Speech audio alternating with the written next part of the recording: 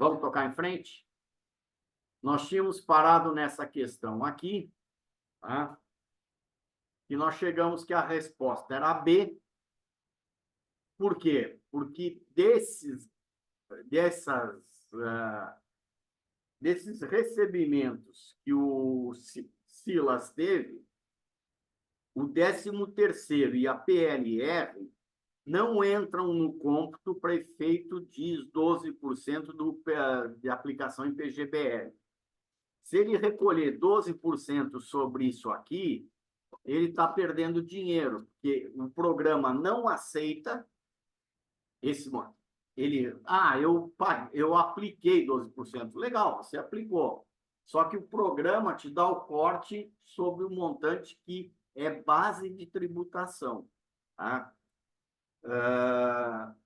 Então, ele vai ter, quando ele for resgatar o PGBL, sobre esse montante de 6.200 mais os 10.700, sobre esses 16.800, ele vai pagar um imposto que ele não teve o benefício fiscal.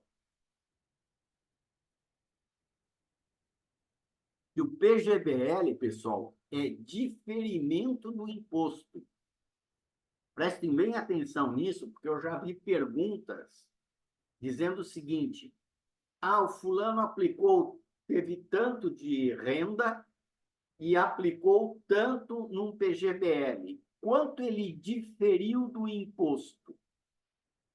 Olha a pergunta. Quanto ele diferiu do imposto? Ou seja, quanto ele teria que pagar de imposto antes de aplicar no PGBL? X. Quanto ele pagou depois de aplicar no PGBL? Y. A diferença entre os dois é o que ele diferiu. Ele jogou essa parcela lá para frente quando ele sacar. Porque quando ele sacar no PGBL, tá? Ele vai ser tributado sobre principal e juros. No VGBL, que é um seguro, não é um plano, não é um plano, tá? Não é um fundo, ele é um seguro. No VGBL, ele só tributa a renda. No PG, ele tributa principal mais juros. Tá? Inclusive, ele tributa a parte que ele contribuiu. Tá? Então, cuidado que pode ter uma pergunta assim: o cara tinha lá recebeu um salário de tanto, teve salário assim, 100 mil reais de salário, e entre salário e bônus 100 mil, tá? E aplicou 12% no PGBL. Quanto ele diferiu de imposto? O que você tem que fazer? Pega a tabelinha de imposto de renda lá, vê quanto ele pagaria de imposto antes do PGBL. Tá? Ou seja, pega aquela alíquota, no caso 100 mil, 27,5, menos a parcela dividida, a parcela dedutível. Tá? Aí, o que acontece? Ele aplicou 12%, então a base dele já não é mais 100 mil, é 88. Do 88, ele aplica os 27,5 e tira a parcela dedutível. Compara os dois valores, aquela diferença que ele pagou a menos, ele diferiu para uma data futura, porque ele vai pagar esse imposto um dia, quando ele sacar. Tá ok? Então, essa aqui era a nossa questão. Só entram essas duas rubricas aqui, tá? O 13º e o PLR são rendas de tributação exclusiva na fonte, não entram na declaração anual de ajuste, tá? Então, não pode computar isso aí dessa forma. Tá ok? Tá legal? Muito bem. Aí tem essa questão aqui, ó. Marcelo, que é irmão do Silas, batendo um papo. Tá? O Silas comentou que tinha feito uma aplicação no PGBL. e com isso pagaria menos imposto. Aí o Marcelo foi lá, procurou o gerente dele e pediu para fazer um PGBL.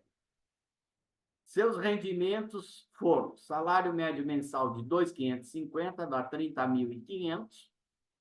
13º salário, 2.550. IR sobre o 13º, 21,81. Imposto retido na fonte sobre o salário, 456,70. Contribuição, 2.349. Marcelo, esse não possui dependente, nem despesa com instrução ou saúde. Ele usa o plano de saúde da empresa dele. Tá? O gerente da conta indicou que ele poderia aplicar 12% de sua renda tributável, ou seja, 3.660 num PGBL. 12% de 30.500, certo? E ele mandou o bala, tá? Aqui o questionamento é: o investimento foi adequado porque ele usou todo o espaço fiscal disponível e isso reduzirá o imposto a pagar quando da declaração anual de ajuste. O investimento usou o benefício fiscal disponível, ampliando a restituição do imposto retido na fonte. O investimento poderia ser um pouco maior que o efetuado, visto que Marcelo não tem outras despesas dedutíveis. Ou o investimento é inadequado devido à faixa de renda do Marcelo. Quem não viu a resposta ainda, o que acha que qual D. dessas alternativas é a correta? D. Letra D. D de D. dado. Por quê? Porque a renda dele, pô, o cara ganha R$ 2.500 por mês, né? Poderia ter feito simplificado, né? Teria mais Simplificado seria deduções. mais. Tá. Quem respondeu D antes de ver a solução? Não. Sim, Sim. senhor. Ótimo. Legal. Esse é Eu, o detalhe, tá? O eu, pessoal eu, fala, eu- pois não, fale. não, eu ia até fazer um comentário aqui, porque pô, se fosse esses tipos de questão caindo lá, tava ótimo, porque o meu feedback que eu tô sentindo aqui no quinto, até no módulo 5, sei lá, acho que até pela minha experiência de não ter familiaridade com o assunto, assim, me preocupa muito porque eu tenho tentado fazer os simulados minimamente dentro do prazo. Tem questões que, assim, claro, a sua solução dela aqui demora às vezes 10 minutos, porque a gente discute, etc. Mas, assim, envolve cálculo, cara, é complicado, assim, eu não sei. É, Realmente eu acho, assim, realmente, olha, o módulo mais difícil, na minha opinião. não é o mais difícil, cara. Previdência é bem mais complexo. Tá? Ah, não é fácil, o tempo é exíguo, tá? Muitas vezes não dá tempo de fazer tudo. Por isso que dá uma lida e foca no que interessa, tá? Esse caso aqui, ó, com essa renda anual, o cara diz, modelo simplificado. Na verdade, duas coisas. Eu não sei quem tem mais de 30 anos aí de vocês, tá? Mas antes, na época do formulário de papel, que você entregava a declaração e você tinha que preencher um formulário de papel e entregar em banco, tá? Haviam dois formulários. Um formulário completo, que era o azul, e um formulário simplificado, que é o verde. Tá? Nos formulários simplificados, você não abatia nada. Você tem o desconto padrão. Hoje, você só tem um formulário. Você lança todas as suas receitas, lança as suas despesas e embaixo, aqui no campo direito, a cada receita ou despesa que você lança, se a despesa é dedutível, ela te muda o valor do teu imposto.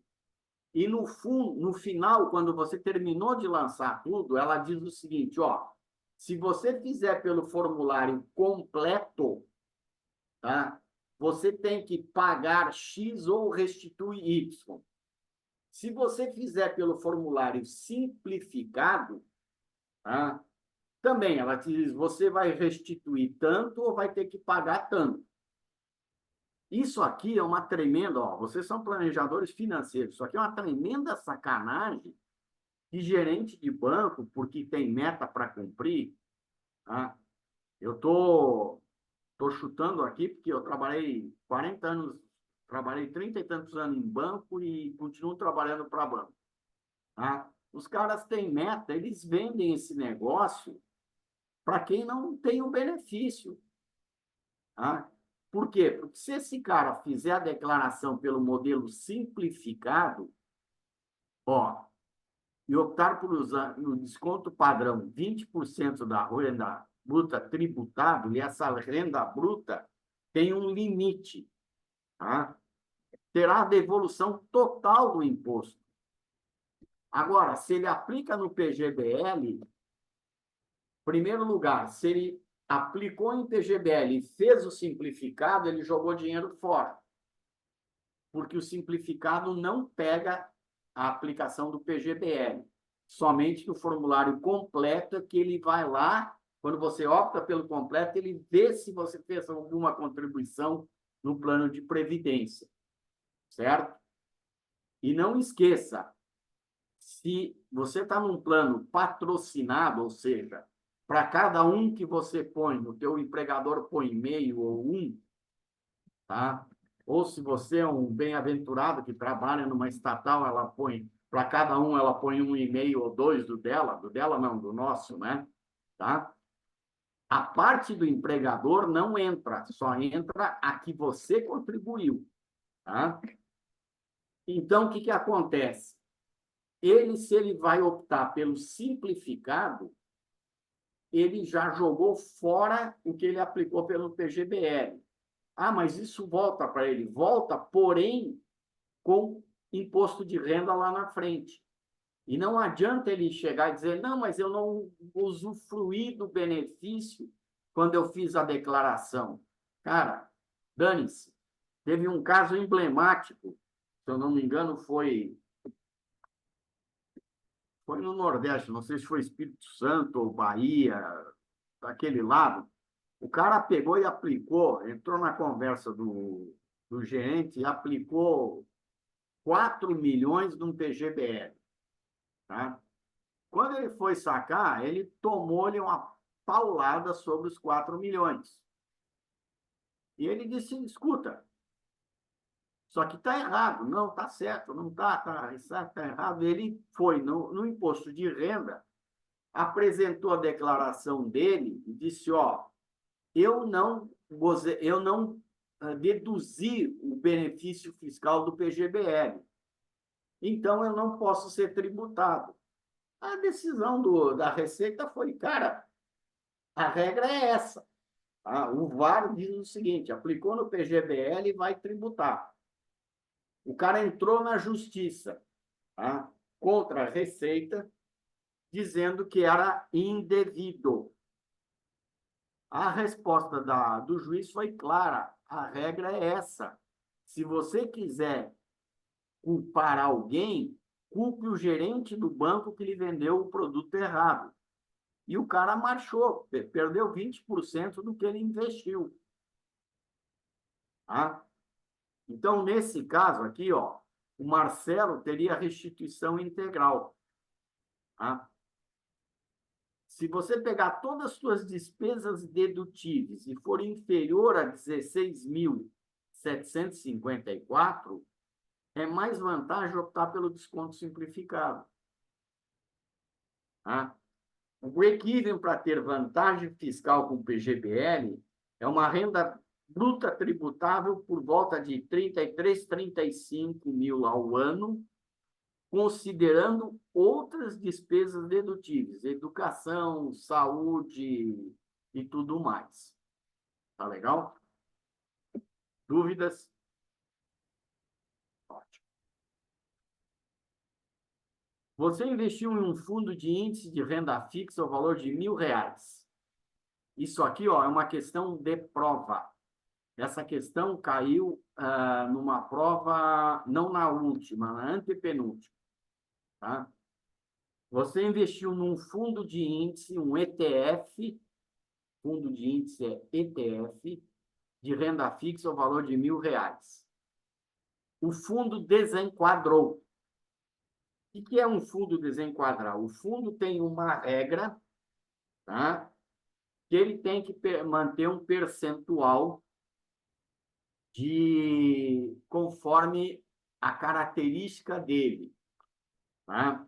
Ele tem que manter um percentual investido conforme a denominação dele. Por exemplo, se for um fundo de ações, ele tem que ter, no mínimo, 67% da sua carteira investida em ações ou ativos correlatos a ações, opções, outros fundos de ações e tudo mais. Tá?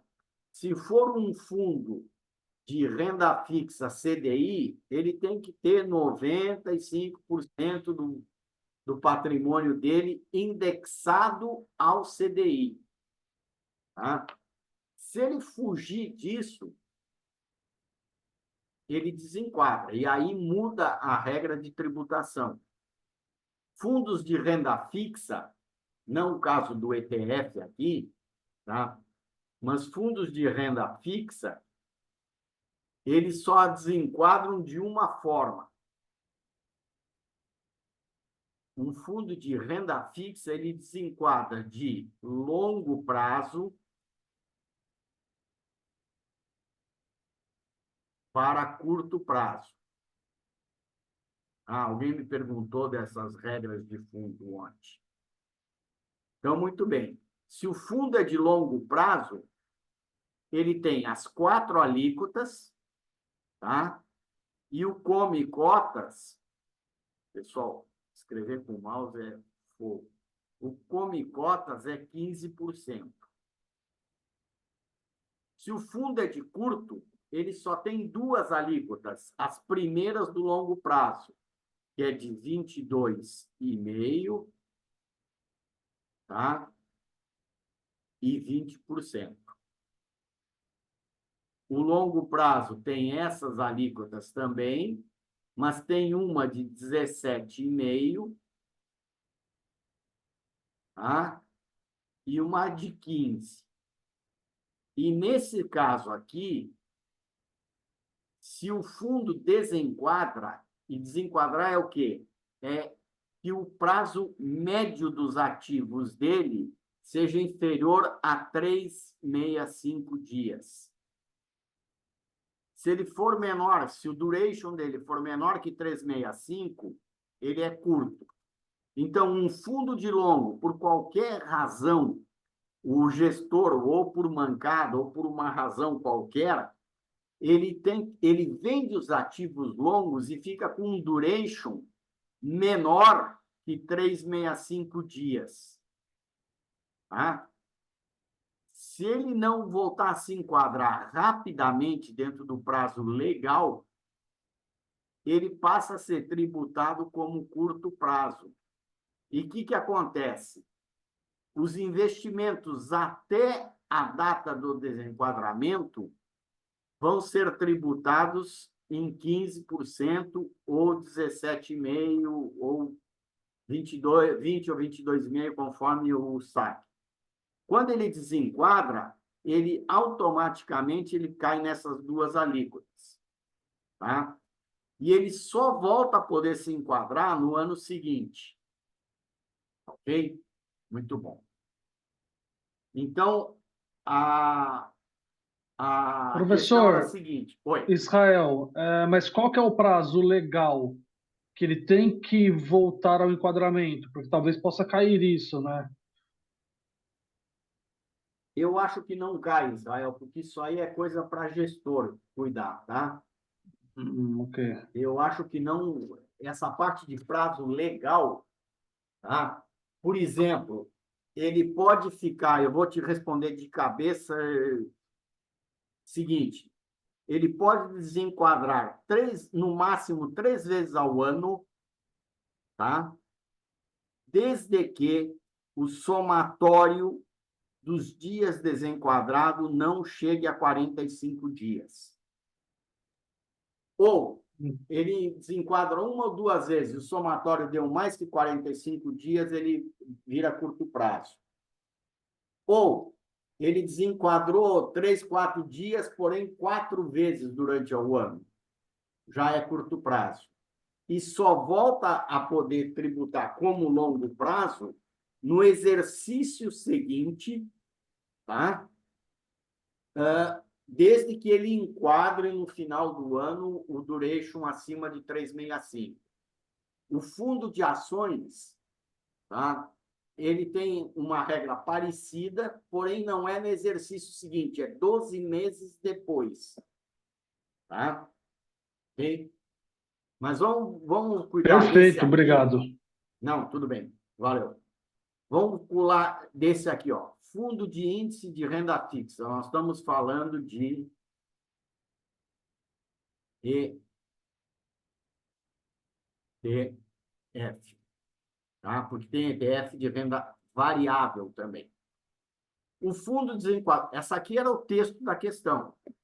Investiu R$ 1.000, o fundo desenquadrou, ficando com menos de 75% da carteira indexada ao fator de referência.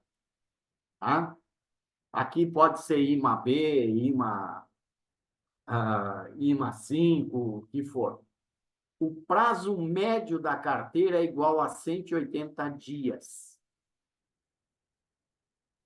Rendimento durante o desenquadramento, R$ 200.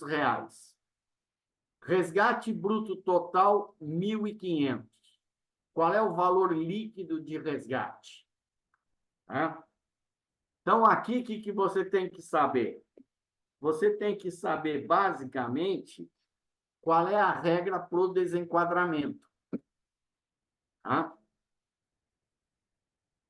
No caso aqui, a resposta é C, 1.365. Por quê? Valor de aplicação bruto, valor de aplicação 1.000, resgate bruto 1.500. Rendimento até o desenquadramento, R$ 300. Por quê? Porque ele diz que durante o desenquadramento foi 200. Então, se rendeu 500, enquanto ele esteve enquadrado, ele rendeu 300. IR, 25%. Pô, para aí, renda fixa, as alíquotas não vão até 22,5%? Não. Para fundo de ETF, não é assim. Tá? Então, 25% de 300. Quando desenquadrou, a alíquota passa a 30%. Então, sobre 30%, ele reteve 60%. Com os 75%, o total do imposto retido na fonte, 1.335. O que a questão perguntava? Valor líquido de resgate, 1.500 menos 135, o valor de resgate é 1.365. Tá? Professor Israel, novamente. O imposto na ETF, ele é considerado pelo prazo médio da ETF, não pelo tempo que eu fiquei investido no investimento. É isso, né? Perfeito. Está aqui, ó. ETF de renda fixa, tá? Carteira composta por ativos que reflitam a rentabilidade de índices de renda fixa, IMA-A, IMA-B, que são aqueles índices da Anbim, tá? Composição da carteira tem que ter, no mínimo, 75% dos ativos que integram o índice de referência. Qual é a tributação? Esse fundo ele é diferente de todos os outros fundos de renda fixa, porque a alíquota não é em função do teu prazo de permanência, é em função do prazo médio da carteira, tá? Do duration da carteira. Tributação de 25% se a carteira dos ativos apresentar um prazo médio repactuação igual ou inferior a 180 dias.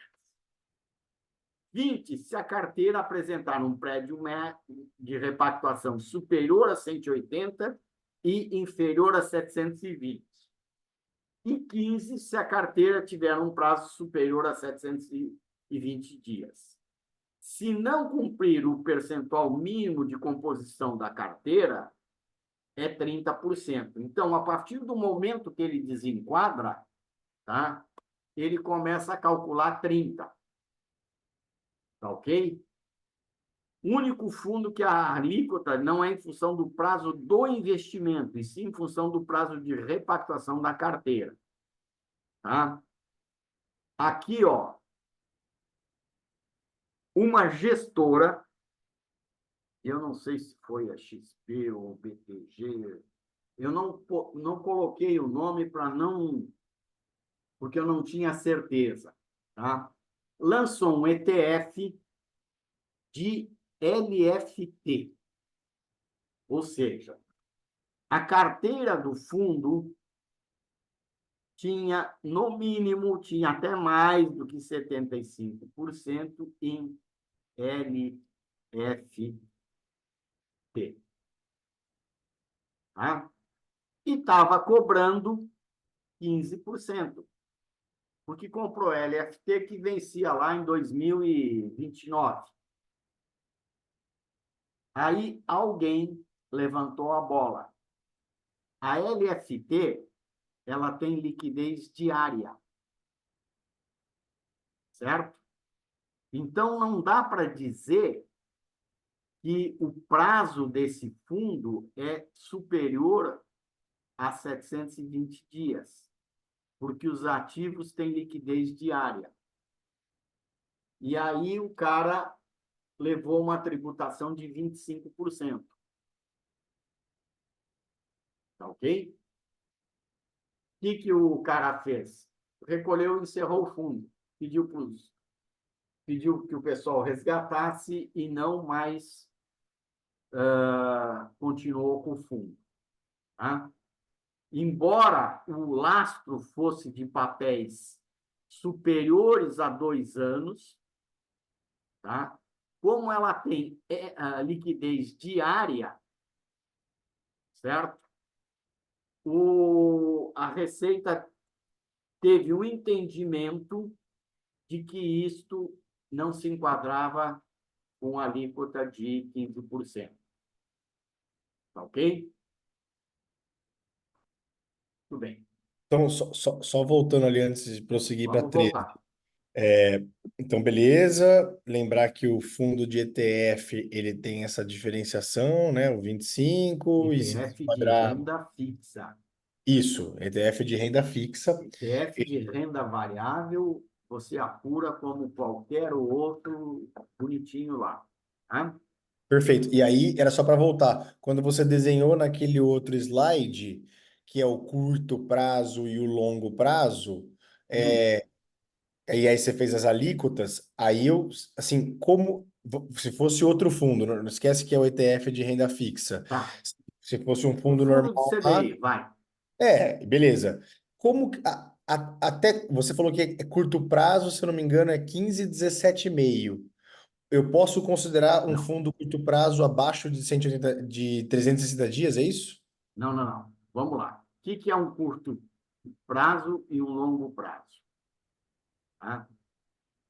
Para efeitos tributários, porque tem a classificação de curto prazo da Anbima, que é duration de 60 dias, menor que 60 dias. Tá? Se o duration é igual ou menor a 60 dias, a Anbima diz que é curto prazo. E se o duration é maior, ela diz que é longo. Esquece a Anbima. Nós estamos falando de leão. Tá? O leão come todos aqueles bichinhos da Anbima lá. Eu ia dizer os viadinhos da Anbima, mas não pega bem. Tá? Em termos tributários, curto prazo, o duration, tá? O duration é menor que 365 dias.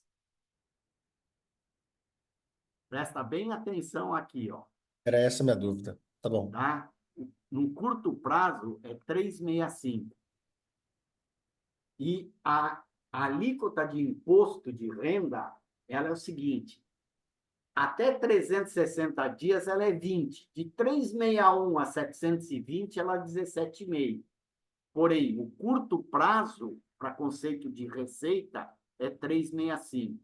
E ele só tem duas alíquotas, 22,5, tá? Ou 20. O longo prazo, tá?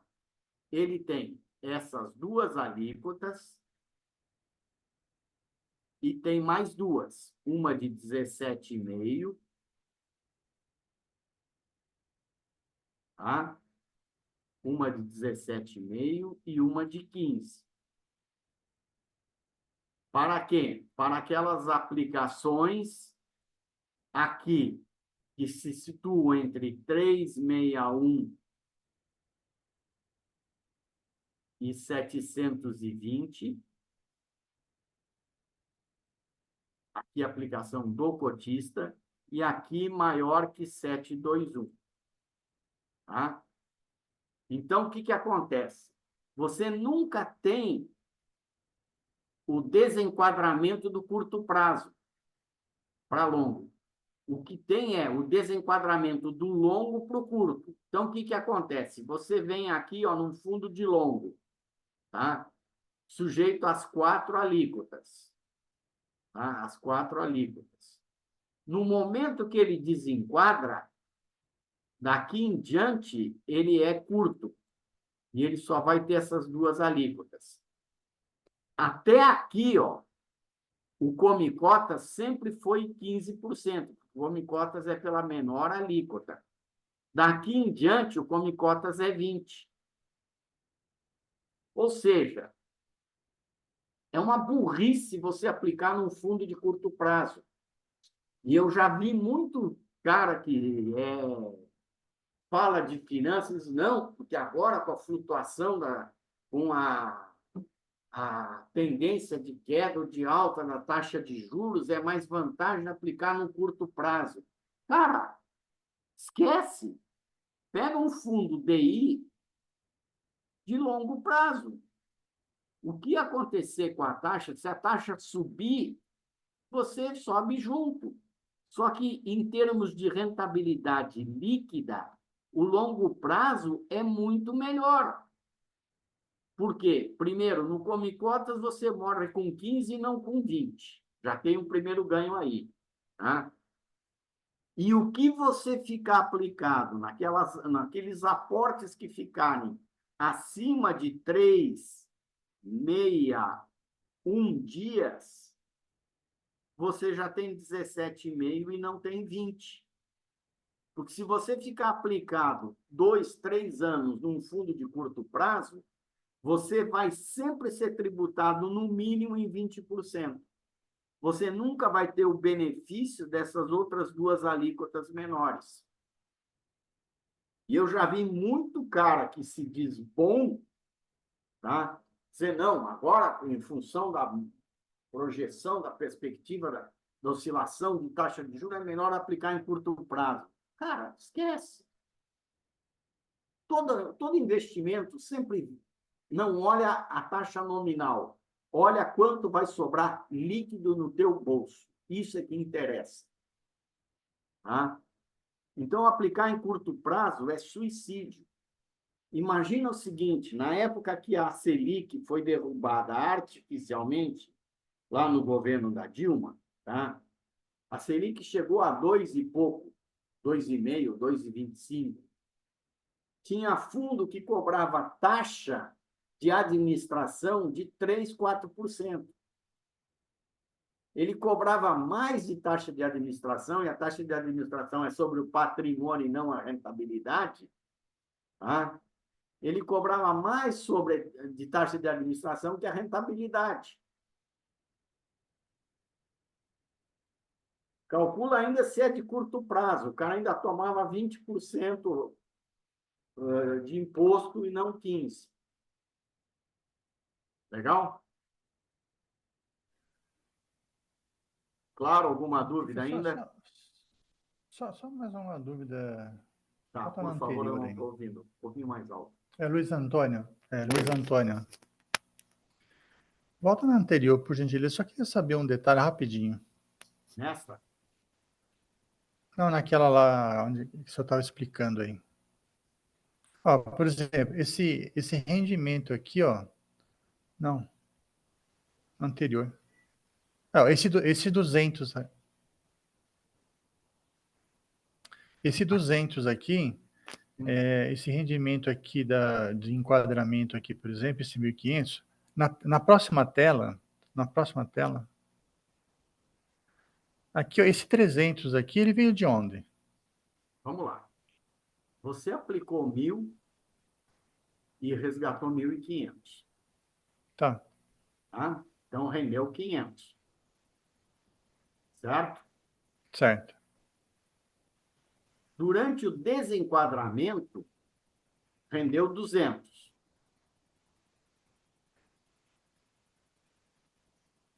Ah, é um menos outro? Consequentemente, enquanto ele esteve enquadrado, ele rendeu 300. Ah, tá, entendi. Tá, é só isso, Perguntinha é obrigado. meia sacana, viu? Mas ela foi... Essa aqui é ipsiliteris que caiu na prova. Tá? Porque esse é o segredo. Sabendo disso daí, o resto vai tranquilo. Quer dizer, você tinha que saber duas coisas. Primeiro, que a alíquota no desenquadramento era 30, tá? E que no outro período aqui, como o prazo médio era 180, ela era 25 e não 22,5, tá? Então, você tem que, primeiro, se ele resgatou 1.500, de 1.000 ele rendeu 500. 200 rendeu durante o desenquadramento. Logo, 300 foi enquanto ele estava enquadrado. Legal? Pessoal, é isso mesmo, tá? Não ficou claro? Vamos voltar lá.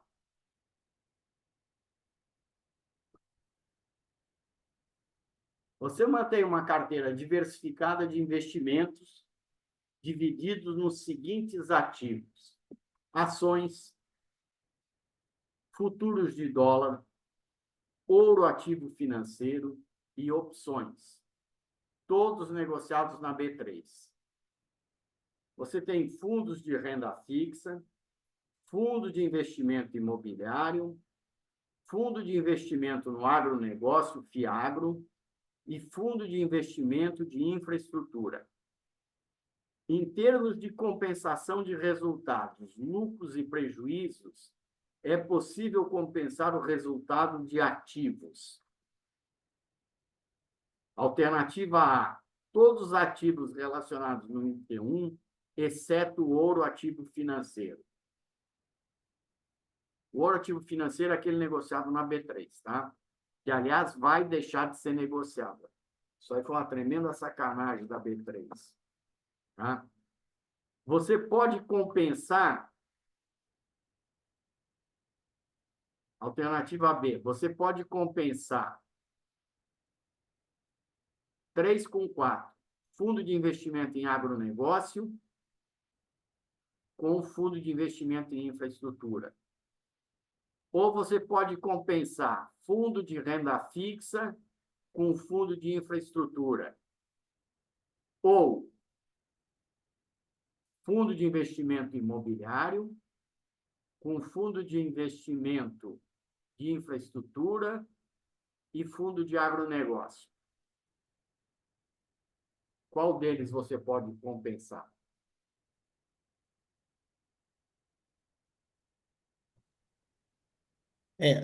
A A já está errado, Por que está errado? porque essa palavra exceto Perfeito. não ajuda. O ouro também pode, ele é considerado renda variável. Então, ações, futuro de dólar ou futuro de DI, ou seja lá o que for, o ouro ativo financeiro e opções, os resultados são compensáveis, tá? Então, Eliminamos a alternativa A. Muito bem. Vamos analisar a B? Eu posso compensar fundo de investimento imobiliário.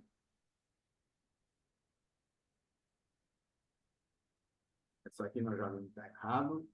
Eu posso compensar fundo de investimento imobiliário com infraestrutura? Não, né? Infraestrutura ele é isento no ganho de capital, né, professor? Isso. O fundo de investimento de infraestrutura, tá? Ele é composto por debêntures de infraestrutura, tá? Não é essas novas debêntures que vão lançar aí, que ela é isenta, não para o investidor, ela é isenta para quem emite, então ela teoricamente vem com taxa maior, mas vai ser tributada, tá? Esse fundo de investimento em infraestrutura, ele tem isenção sobre rendimentos e ganho de capital. Tá? O fundo de investimento imobiliário ele tem isenção somente sobre o rendimento. Tá? E tem uma regrinha aí, ele tem que ter no mínimo 100 cotistas, tá? Não é 50 cotistas? É isso Não que eu ia perguntar. mais. Não são Não 50? mais, são 100. Queriam levantar ele para 300 cotistas nessa mudança que houve nos fundos. Tá? Muito boa, foi bom eu tocar nisso. Ele era 50 cotistas, tá? Para ter isenção, era 50 cotistas ser negociado na B3. Tá? E que nenhum cotista vinculado ao empreendimento, tá? Tivesse mais do que 25% das cotas do fundo. Se um cotista tivesse mais que 25% das cotas do fundo, ele descaracterizava isso e o rendimento do fundo, tá, seria tributado pelo Imposto de Renda de Pessoa Jurídica, IRPJ, tá, mais PIS e COFINS.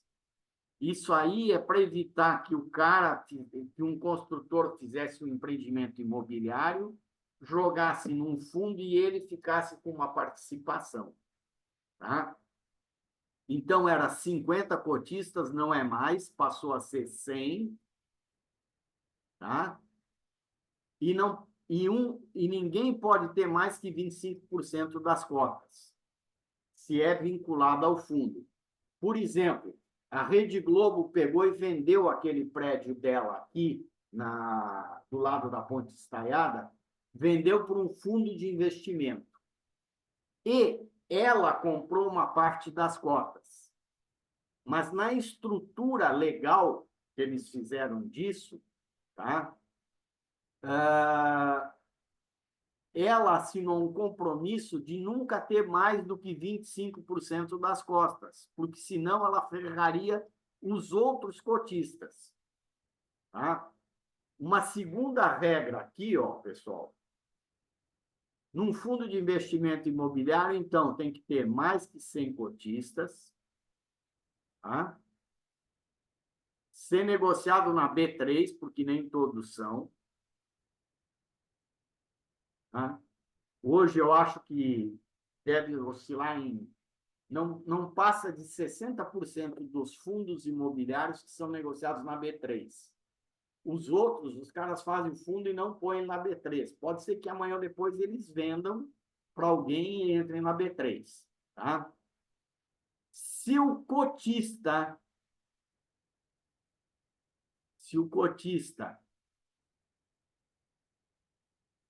tiver mais que 10% das cotas, ele perde a isenção, os outros não. Se tiver 99%, todos perdem. Tá? Agora, se um cotista tiver mais que 10% das cotas, ele vai perder a isenção.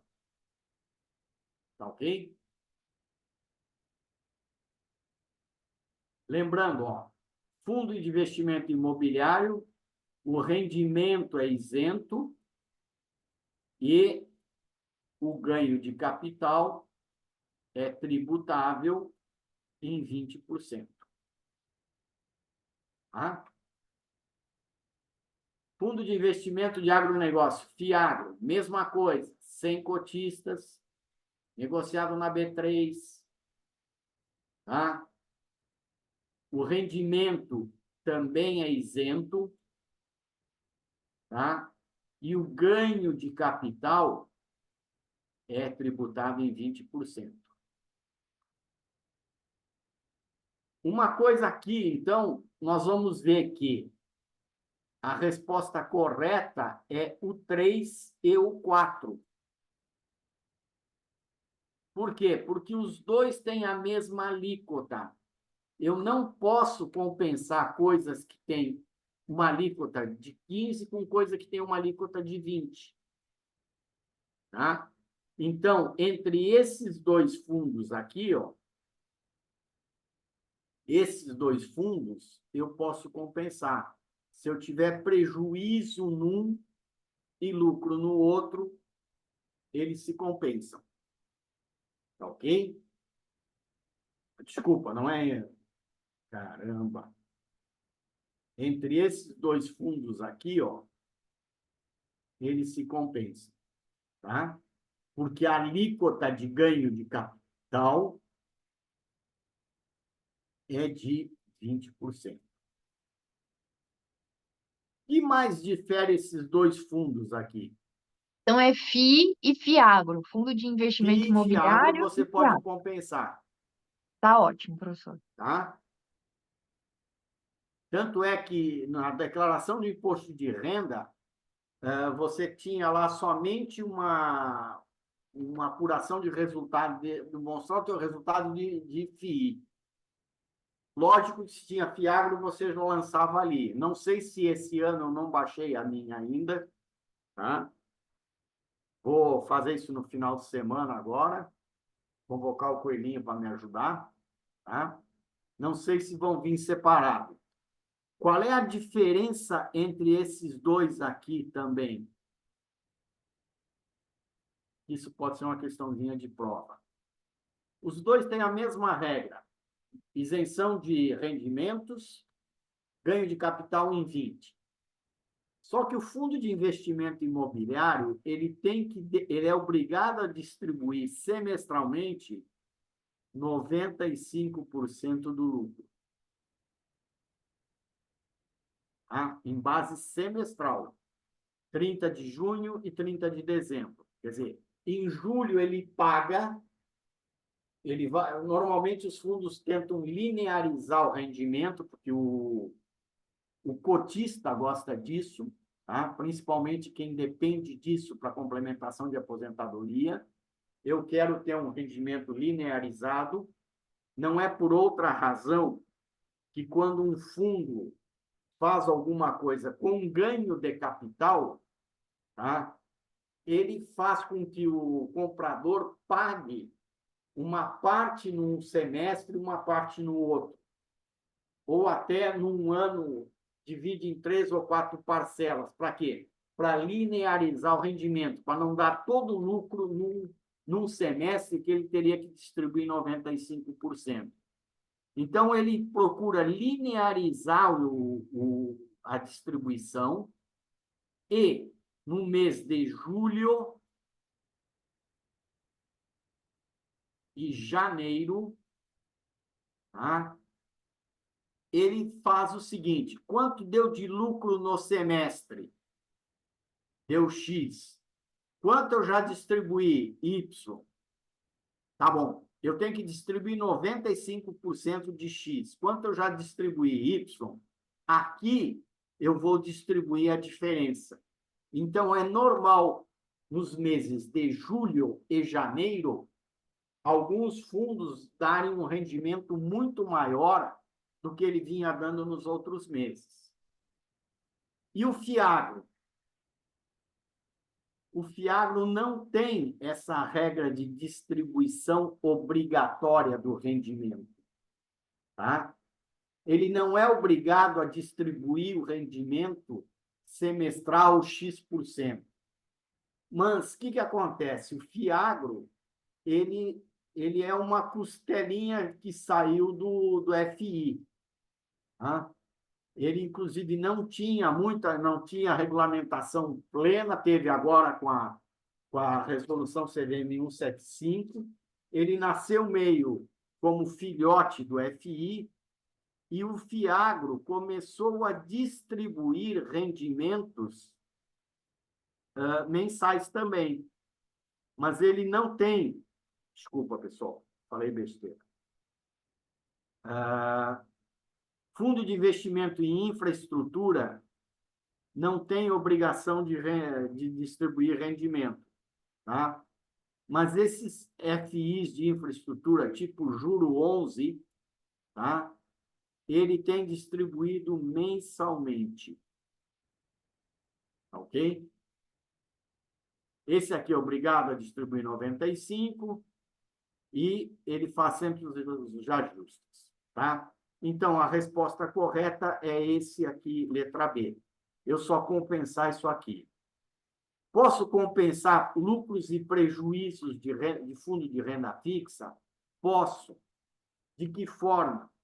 Dentro do mesmo administrador, no mesmo tipo de fundo, ou se eu tiver num BTG ou numa XP, numa plataforma, eu posso ter prejuízo num administrador e lucro no outro. Como a plataforma consolida, ela tem meus dados, ela sabe que no fundo X eu ganhei Y, e no fundo B eu perdi tanto, ela pode compensar isso, tá? Mas a compensação aqui no renda fixa é o seguinte: curto prazo compensa com curto prazo, tá? E longo prazo compensa com longo prazo. Novamente, por quê? Porque são alíquotas tributárias diferentes. Tá ok? Dúvida, pessoal? Vamos para a nossa última. Aqui está a resposta da 13. Ó. Ações futuro, todos são negociados na B3. Ativos de renda variável de mesma alíquota, 15. Fundo de renda fixa, somente compensação em fundos de mesma natureza e alíquota. Curto prazo com curto, longo com longo. Desde que no mesmo administrador ou plataforma de investimento.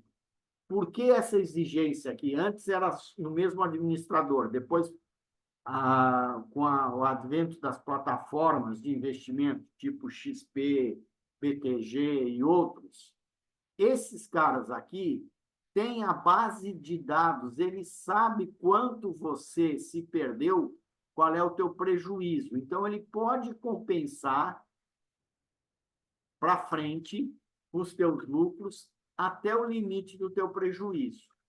Tá?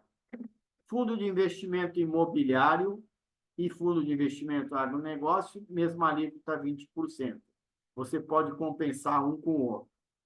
Fundo de investimento de infraestrutura são fundos isentos de IR, rendimento e ganho de capital. Então, se ele já é isento de imposto, se você tiver prejuízo nele, o problema é seu, você não vai compensar com nada. Tá? Já que no lucro você não tributa ele. Professor, Legal? só para ficar fácil aqui tanto o imobiliário quanto o agronegócio, ele não tem em nenhum momento uma alíquota diferente de 20, seja Não. se ele É for 20. curto, se ele for longo, seja qual Não, prazo. não. Eles não têm conceito de curto e longo prazo. Tá? A alíquota é 20% sobre o ganho de capital. A única exceção no fundo de investimento imobiliário é aquele caso, tá? Tinha um fundo que tem uma briga até hoje com a Receita, eu acho que é o ABCP. Tá? O que é isso? Uma construtora fez um shopping, tá? E depois vendeu uma parte disso para um fundo imobiliário. Só que a construtora ficou com uma parcela das cotas, maior que 25%. Aí a Receita foi lá e mandou tributar ela como uma pessoa jurídica. Ou seja, IR de pessoa jurídica, IRPJ. Aí a tributação é no fundo, não é no cotista. Todos os outros fundos, a tributação é sobre o cotista. Neste caso aqui, ela descaracterizou ele como um fundo de investimento imobiliário, tá? Mandou calcular como IR de pessoa jurídica, tá? Mais PIS e COFINS. E isso pegou todo mundo, porque ela tributou lá na cota.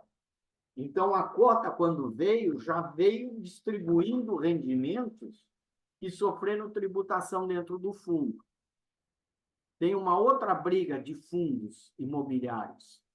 Por exemplo, um FOF, que é um fundo de fundos, ele aplica em outros fundos imobiliários, tá? Então, eu tenho lá um FOF de fundo imobiliário que aplica em vários fundos imobiliários.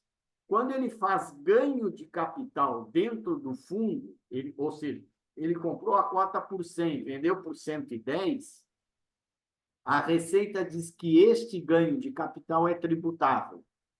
Tem uma briga que ainda não teve um round final, tá? Tem gente contestando e tem gente aceitando isso. Tá ok? Vamos para a nossa última questão, e nós temos mais 15, 20 minutos, e eu quero fazer algumas considerações com vocês. Tá? Aqui eu estou indo um pouquinho além, porque isso é uma coisa que merece um entendimento legal. O Gerson, teu cliente, Gerson gosta de levar vantagem em tudo, né? Esse foi o primeiro grande mancada em propaganda no Brasil. O cara fez uma única propaganda e queimou a imagem para o resto da vida. Está em dúvida sobre duas alternativas de investimento, ativos da mesma instituição, cujo rating de crédito não é melhor. Inclusive, há comentários negativos sobre o emissor. Mesmo alertado do risco do emissor, Gerson decide investir para alavancar sua rentabilidade e argumenta que, se der ruim, ele terá cobertura do FGC. O valor a ser investido é de 220 mil, e os ativos ofertados, Gerson tem 220 para investir, e os ativos ofertados são o CDB com prazo de 360 dias, tá? A 125 do CDI, ou uma LCI com prazo de 360 dias a 100% do CDI. O último relatório Focus apontava a projeção da Selic para um ano, mesmo prazo aqui dos 360, em 13,5%. Qual é a opção que você indica para o Gerson? Aplicar no CDB porque a capitalização diária, por um percentual maior do CDI, amplia o valor de resgate. A LCI, por ser lastrada em um ativo real, tá? O financiamento imobiliário ela é mais segura. Tanto faz CDB ou LCI, visto que as taxas líquidas dos dois investimentos se equivalem. A LCI, porque caso o emissor entre em liquidação extrajudicial, o valor recebido... O que o Astrogildo está fazendo aqui? É o Gerson. Será maior. E aí, pessoal? Como é que funciona? Não é incomum cair questões sobre FGC, tá? Se vocês tiverem dúvida ou não tiverem seguros dos casos, entrem no site do FGC, vejam quais são os ativos cobertos, tá? E vejam quais são as regras de seguro, tá? Hoje a regra... Pois não?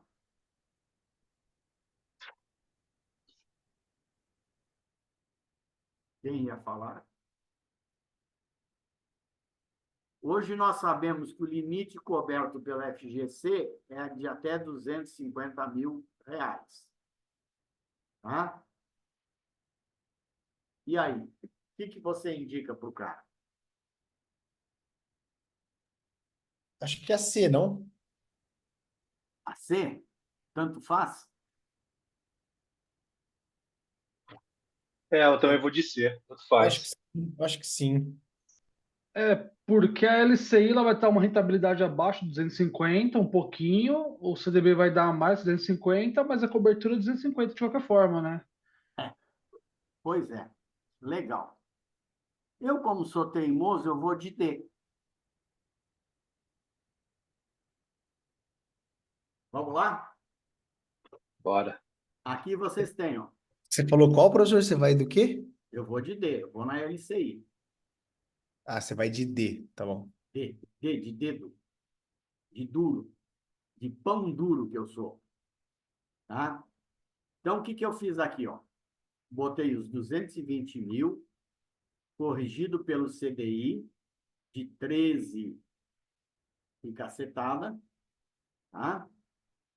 100% do CDI vai me dar um índice de correção no período de 13,26. Valor correspondente,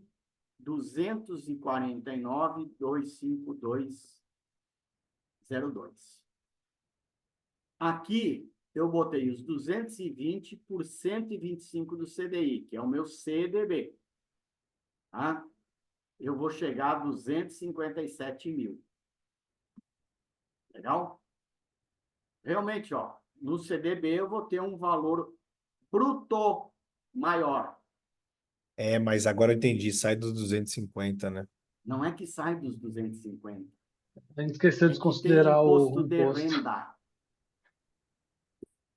Olha, a 10ª vez que eu vou falar. Pensa em quanto sobra no teu bolso depois que o leão almoça. O valor a ser Porque coberto mesmo é com o 250. FGC, né, o professor, mesmo com o FGC, vai ter o imposto de renda. Vai, vai. Ah, Então vai ser por o quê? imposto de renda sobre 250 mil. O imposto de renda vai ser sobre os 37.151, É, tá? No caso da LCI, o Gesto receberia 249. Não tem imposto, tá dentro dos 250, boa. tchau. No caso do CDB, o valor coberto também será de 250, mas haverá tributação de 20% sobre o rendimento. No caso, tá? 6 mil, 20% dos 30 mil. Não é nem sobre os 57. Ele recebe 250, aplicou 220, ele ganhou 30. Porém, ele tem 20%. Valor líquido, 244. Pegadinha, né? É, eu preciso raciocinar aqui, não peguei ainda. Não pegou? Bem. Qual é a regra de liquidação quando Eu não, entra em eu, liquidação? eu, não- Ele eu, não- paga a eu, rentabilidade até o dia da liquidação. Tá? sim, eu só não entendi como que você saiu de 257 ali, Hum. e aí você está mostrando aqui que no caso é só 6 mil, que é o 30 de Pelo 20. seguinte, o valor é dos. Deixa eu apagar aqui, que está uma zona. Ah, eu entendi. Só que aí, como Vamos lá. você considera só 250. 257. É, beleza. Esse é o valor do CDB. Quanto é que você recebe pelo FGC? 250. É, eu peguei. Quanto você aplicou? 220. Quanto você ganhou bruto? 30 mil. Certo? Desses Não, 30, você tem peguei. 20% de imposto. Quanto sobra? 244. Na LCI, você leva tudo porque está dentro de 250 e não tem tributação. Perfeito. Já saquei. Legal? Tá. Muito bem, pessoal. Agora eu vou rapidamente aqui, tá? passar algumas coisas para você. Isso aqui, ó, foi uma questão de prova anterior, quando trocou a certificadora, tá? Cara, isso foi uma sacanagem tremenda. Perguntou quanto era a multa, coisa e tal. Pô, isso aí está lá numa solução de COSIT, ó. Fevereiro de 21. O cara que fez isso foi de uma maldade. Todo mundo reclamou dessa questão, a questão foi impugnada. Isso aqui não cabe ao planejador financeiro, tá? Saber quanto é de multa. Isso aqui é coisa para contador, cara. Só para mostrar para vocês, tá? Tributação de conta não remunerada no exterior. Depósito não remunerado de extração, transferência do exterior para o Brasil, isenção sobre a renda relativa ao acréscimo patrimonial decorrente da variação cambial.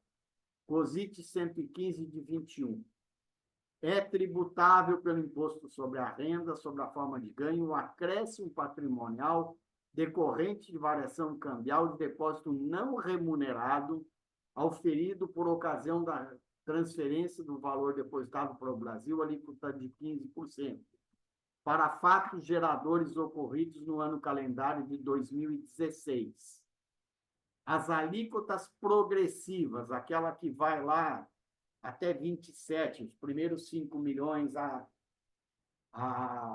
15, depois tudo mais, tá?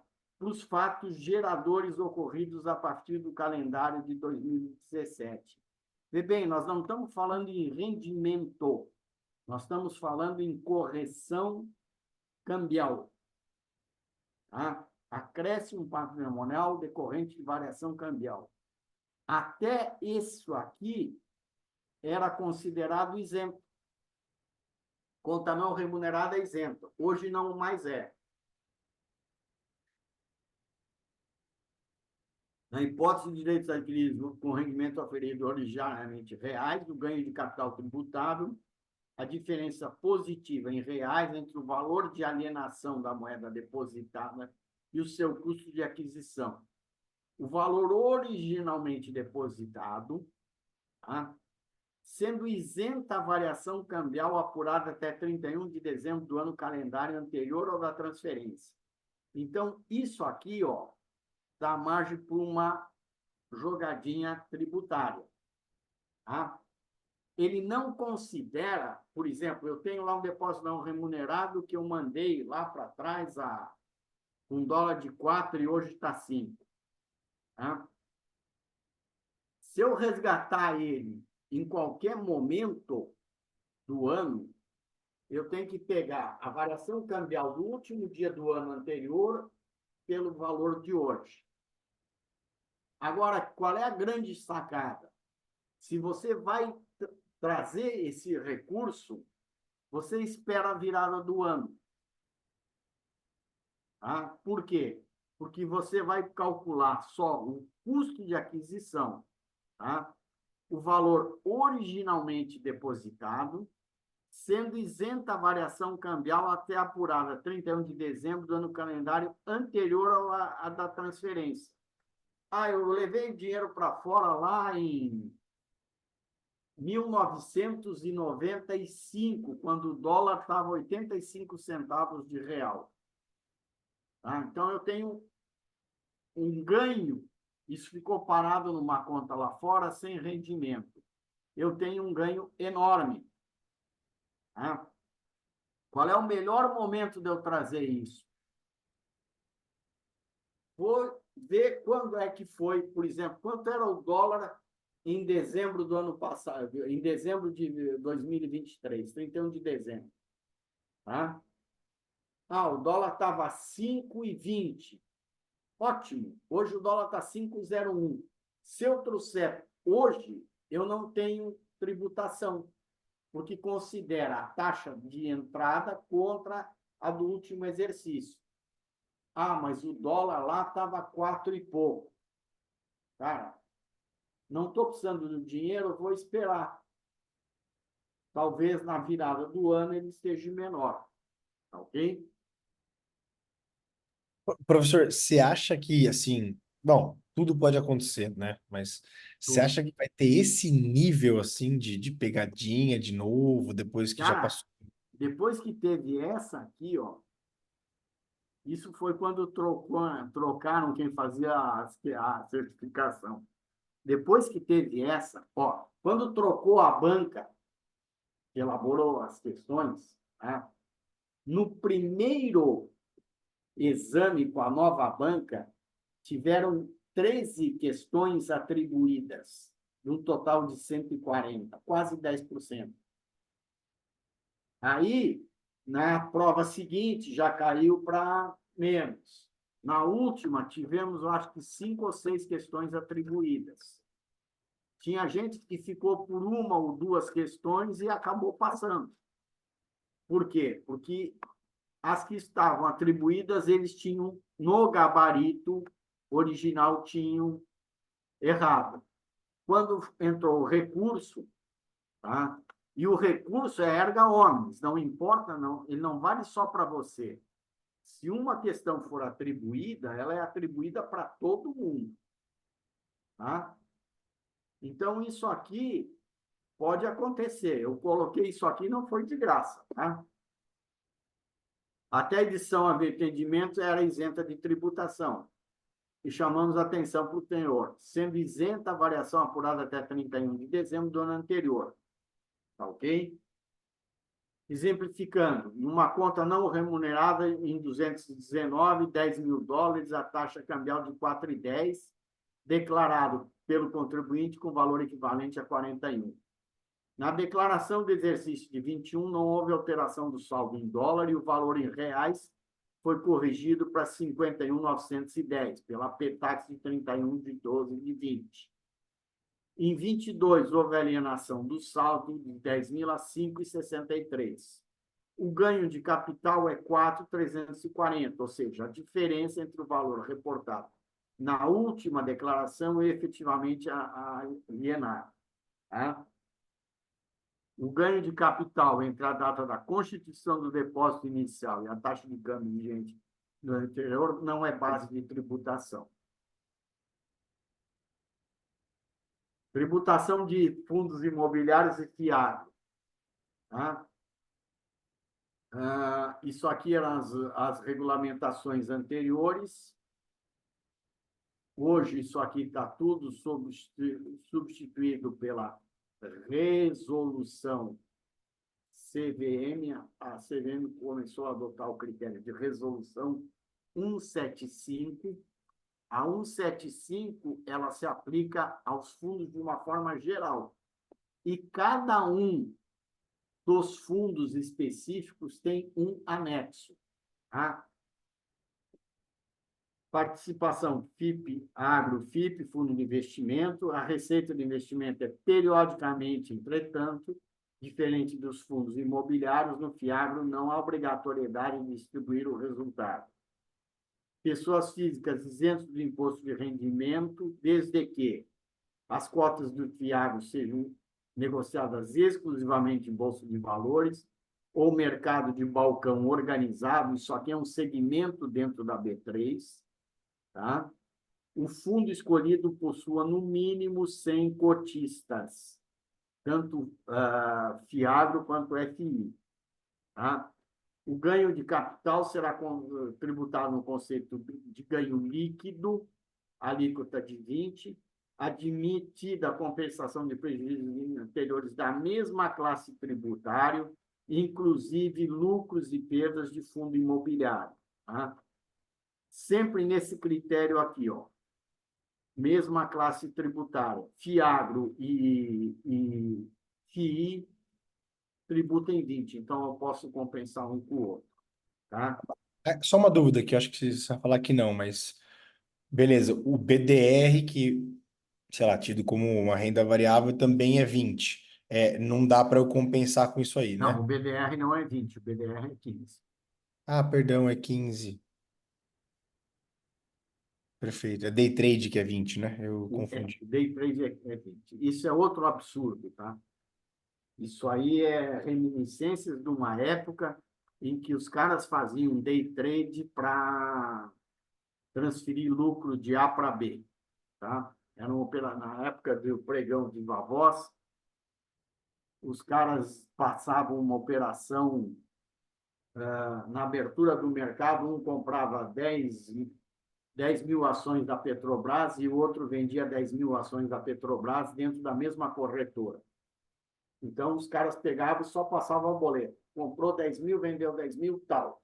Chegava no final do dia, o operador que passou a operação, os dois a mesma corretora passavam uma operação chamada de direto, ele ia lá e especificava quem eram os comitentes. Então, tinha combinado que era uma empresa que tinha prejuízo, ou alguém que tinha, uma empresa que tinha prejuízo, combinava de vender o prejuízo para o outro, tá? Ela ia fazer lucro e o outro faria prejuízo. E eles acertavam lá uma taxa de 4%, 5%, para quem pagava, quem ia receber o prejuízo pagava 4%, 5%. O montante de reais que era transferido, o cara convertia em dólar pelo Black, descontava a comissão e creditava lá fora. Para fazer isso, a Receita simplesmente chegou e botou uma tributação maior no day trade. Hoje, você não consegue fazer isso. Você tem que especificar quem é o comprador e quem é o vendedor. Tá? Então, isso aí é só uma historinha, mas hoje não faz sentido nisso. Fundo de investimento em infraestrutura, tá? Debêntures de infraestrutura, CRI incentivados, tá ok? CRI incentivados e FDICs de infraestrutura.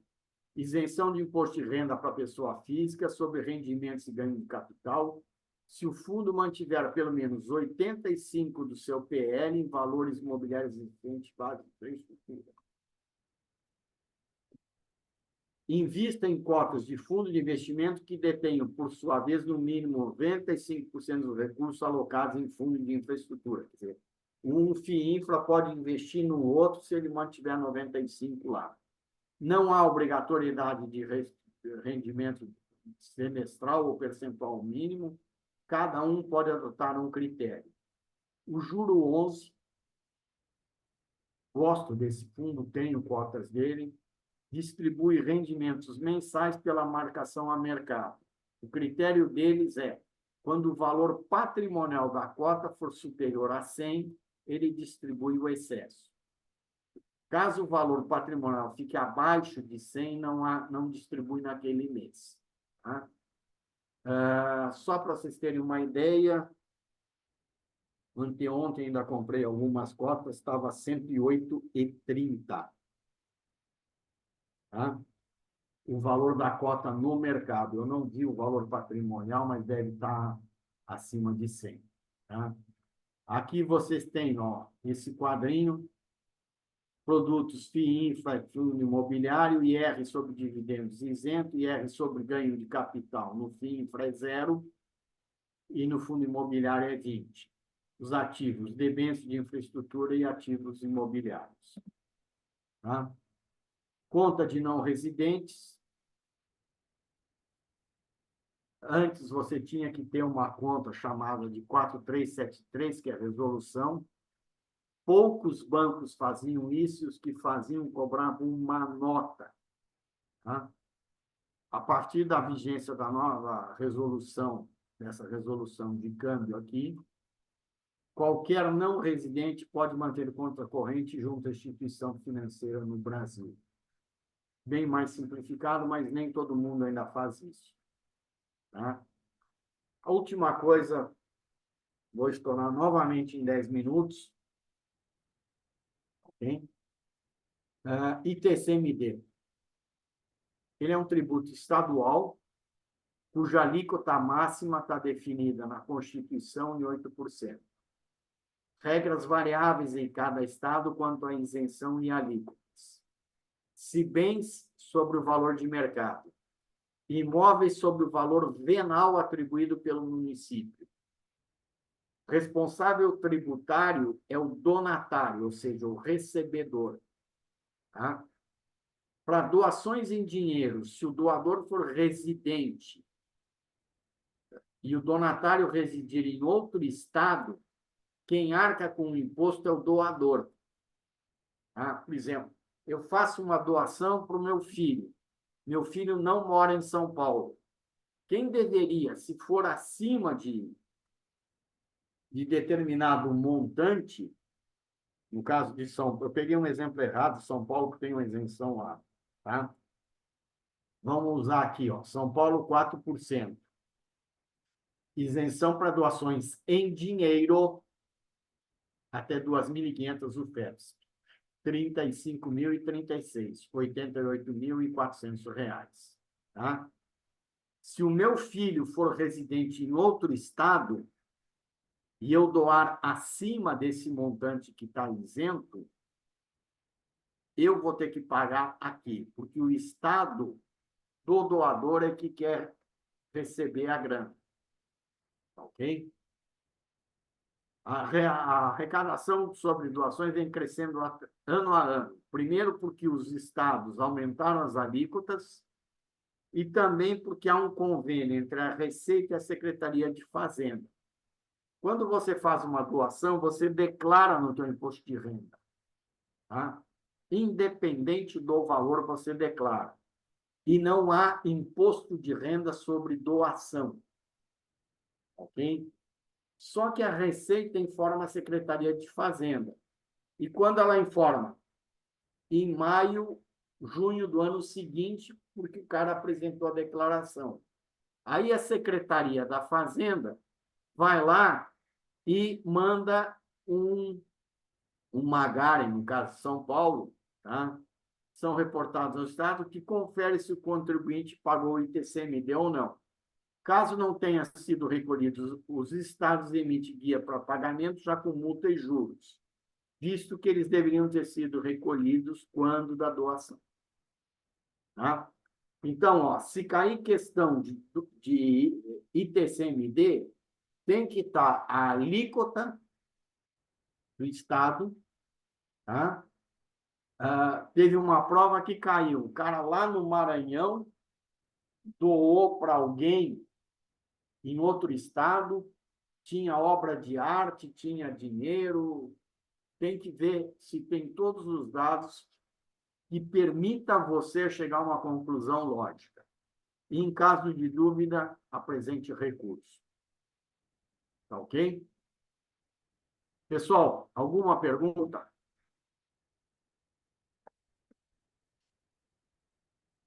Bom, desejo para vocês uma boa prova, tá? E estou à disposição no grupo de WhatsApp até sábado, antes da prova, para qualquer dúvida que vocês tenham. Tá legal?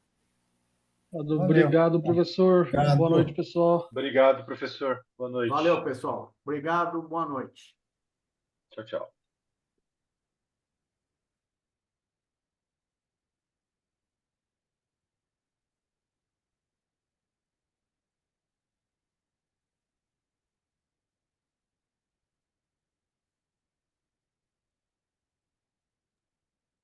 Boa noite, Felipe? professor. Opa, Tudo é bem? Rafael. É Rafael. Bom, Mas tudo certinho, eu estava acompanhando aqui, deu tudo certinho. Viu? Tudo Valeu. certinho, professor. Espero que agora Muito os obrigado pelos alunos 3 façam. dias aí. Imagina. Tá? Aí num próximo a gente vê certinho isso aí para eu te ajudar um pouco antes das aulas, certinho com o Zoom, se caso você precise de uma ajuda. Tá Tá bom. bom? Te agradeço. Muito obrigado. Perfeito, professor. Obrigado, viu? Boa noite, bom trabalho. Bom Bom final de descanso agora, semana. né? Bom final de semana. Cuidado com Tchau, o tchau. coelhinho, que ele é ligeiro, viu? Ele é. Um Perfeito, abraço. professor. Tchau. Abraço. Tchau, tchau.